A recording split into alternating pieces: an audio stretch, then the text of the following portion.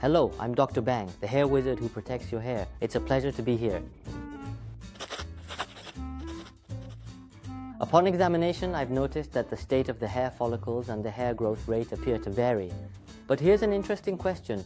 What would happen if you were to take head hair and transplant it to the underarm or another area? Would it become just like underarm hair or other body hair? That's the question, and I believe it does change to some extent. We know transplanted hair adopts the new location's traits. This is also true for eyebrows. When eyebrows are transplanted, they initially grow like head hair, then slow down, and eventually hardly grow at all.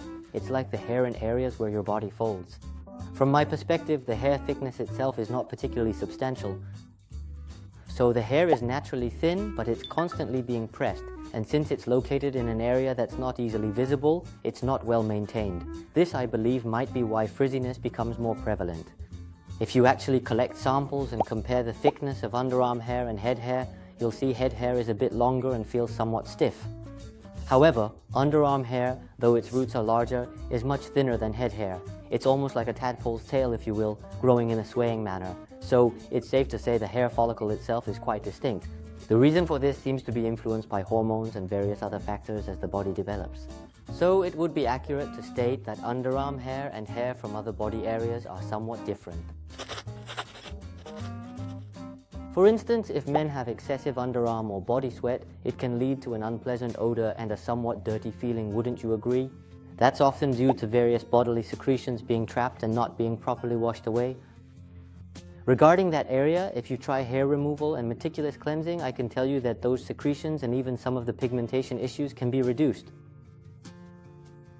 Conversely, even with hair loss and an abundance of fine hair on the scalp, we observe a reduction in both perspiration and sebum. When the hair is thin, it often appears to be curly.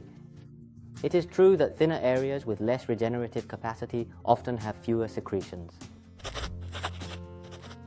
As you know, hair serves to protect the skin, so if you're choosing to wax for cosmetic purposes, I can't really dissuade you. However, even with waxing, the hair follicle remains. So while many individuals do wax, there are also cases where people undergo full hair removal.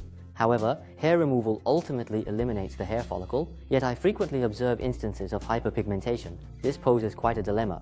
Because whether it's hair removal or waxing, ultimately what the person desires is for the area to appear clean and presentable when lifted. However, this varies depending on the patient's unique skin tone and any existing pigmentation. Furthermore, as you might know, even after hair removal procedures, it's quite common for some hairs to remain or start regrowing, making it a challenging aspect to manage. So today we've gone over topics such as underarm hair and related aspects. I know it's a concern, so I'd advise you to do your research before getting a procedure. Thank you.